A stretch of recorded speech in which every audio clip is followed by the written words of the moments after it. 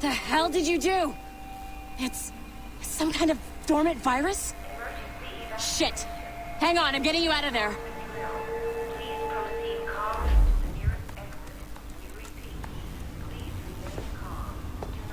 Sorry for the rough exit. Earpiece working, check. You were just in an Animus. Animus, yes? You were using it to access a genetic memory file in Helix labeled Shay Cormac? You worked for Abstergo Entertainment, remember? Any of this ringing a bell? Your session triggered something bad, and it's affecting the whole building. We need to find your boss. You haven't forgotten your boss, have you? Melanie LeMay, zipper, chipper, overachiever? Here, take your communicator, check it if you got lost. Now let's get out of here. Follow me. Double time. This chaos is absolutely your fault, in case you're wondering. Everything is gonna be okay, guys. Stay positive. What the hell is happening? A file labeled Shay Cormac was booby-trapped with some kind of virus. Your job is to prevent things like this. We need to contain these genetic memories, then we can destroy them. No. Isolate them. I want to study these memories. But... With respect, Miss LeMay, this is not a request. You heard the man. fine. I need to borrow your numbskull. That okay with you, Ms. LeMay? Hey there, this might seem a bit weird, but you're gonna work for contractors we hired to, you know, upgrade our security. Mr. Otto Berg and Miss Violet DaCosta. Call me Violet. I have to go check on our people and prepare a statement for the press. Do whatever they tell you to do, okay? Go team!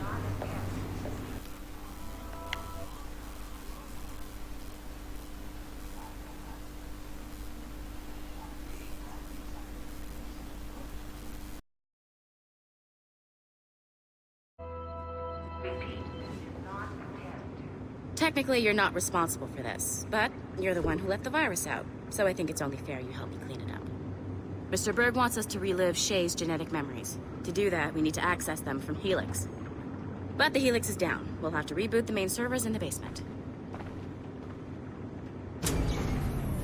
Man, whoever designed this virus is a genius.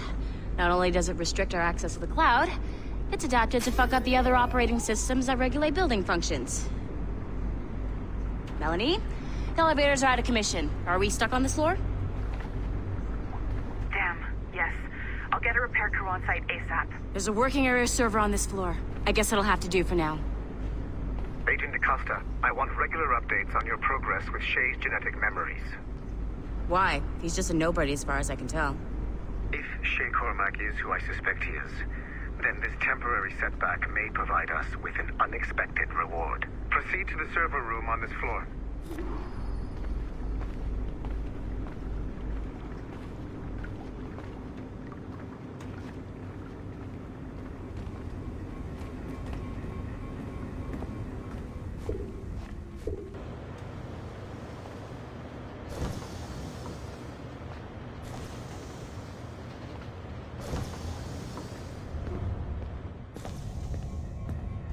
Flashing wireless signal? Once you restore the server, I'll connect your Animus workstation back to Helix. In theory, if you align the beams to segments of the core, it should solve the problem. But here's where it gets tricky. You have to move the circles in such a way that each segment is powered by a beam. The keyword here is each. One beam and one beam only per core segment, okay? Once everything is lit up properly, the system will reboot. Got it? Give it a shot.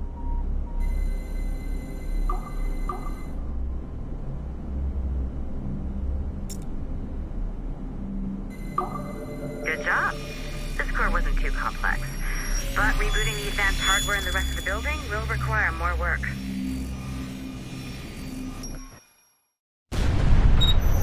The assassins would have you believe that Al-Mualim was a great mentor who became corrupted with greed, and that he schemed with the Templars to acquire an apple of Eden. I see instead a shrewd and cunning leader, a man who used his best assassin, Altair ibn Lahad, to eliminate his conspirators in order to keep the apple for himself, so that he could use it to enforce world peace.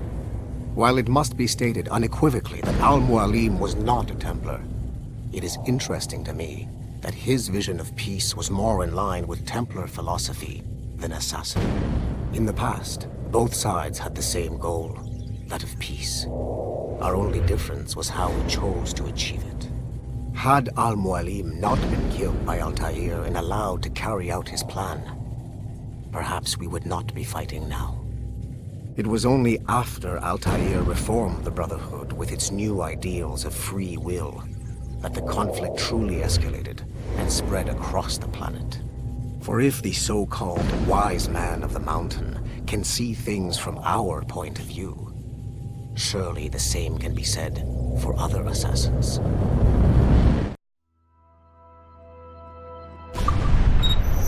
The assassins would have you believe that Al-Mualim was a great mentor.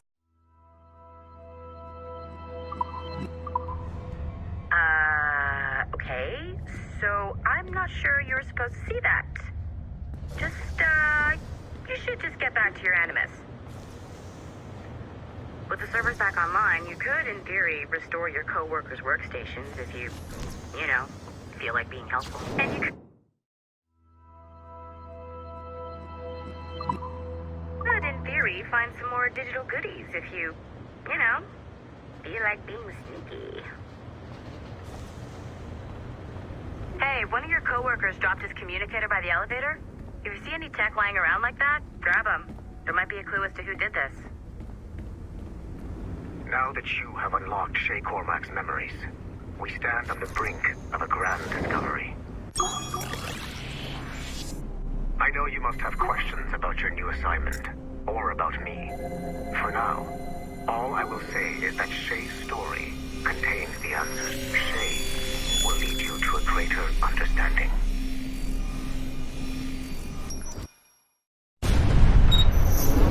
Haytham Kenway remains a controversial figure for me. I have great respect for him. After all, he was the Grand Master of the Colonial Rite, charged with finding a precursor site. Haytham was cunning and ruthless, but he had a streak of emotional weakness that ultimately triggered his downfall. He lost his father when he was a child, and the British Grand Master Reginald Birch raised him to become a Templar Knight. Haytham eventually learned that his father, Edward, had been an assassin. That he chose to stay a Templar, rather than follow in his father's footsteps, indicates to me that he believed he was already on the right path. When Haytham discovered that Birch was the one who murdered his father, he and his sister killed him in revenge. I believe this was the beginning of his downfall. Templars kill for efficiency, not petty emotions. When he discovered that his son Connor was an assassin working against him in the colonies, the same emotional weakness stayed his blade. A pity Connor did not show him the same mercy.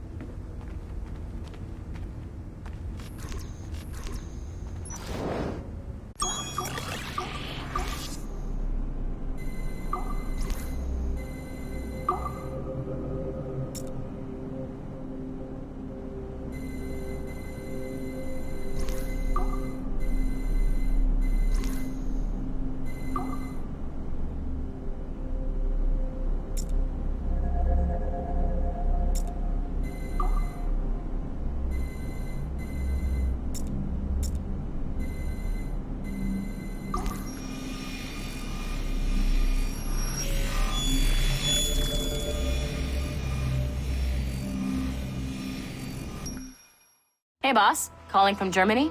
Yes, I am in Essen, searching for an artifact called the Ankh of Isis. Can you tell me anything about it? Give me a minute to fire up my machines here. Okay. Not much. There's an obscure file from the data dump scanner that mentions it. It was allegedly 14th century Germany, where an assassin named Lucas Zergberg fought a Templar offshoot called the Brothers of the Cross. How original. That's the file that led me to this bland shit pile. Is there anything else? Anything outside of Abstergo official records?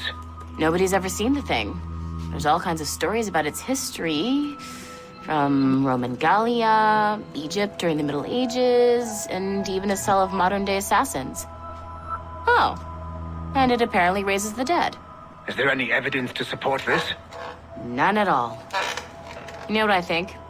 I think this is bullshit the assassins are spreading around so that people like us waste our valuable time sniffing after it.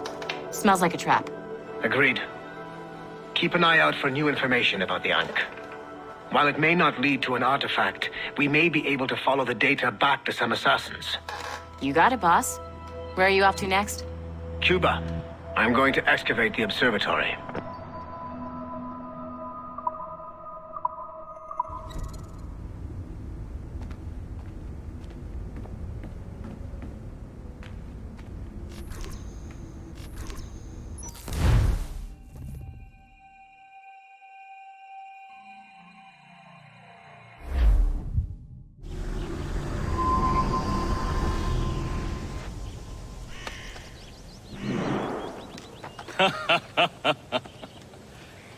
It has been a long time.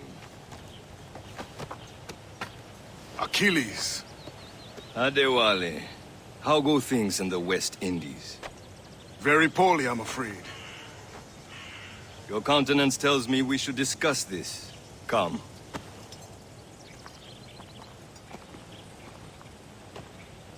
Who's our visitor?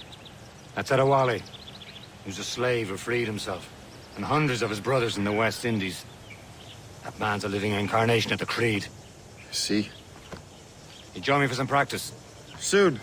I've got other business first.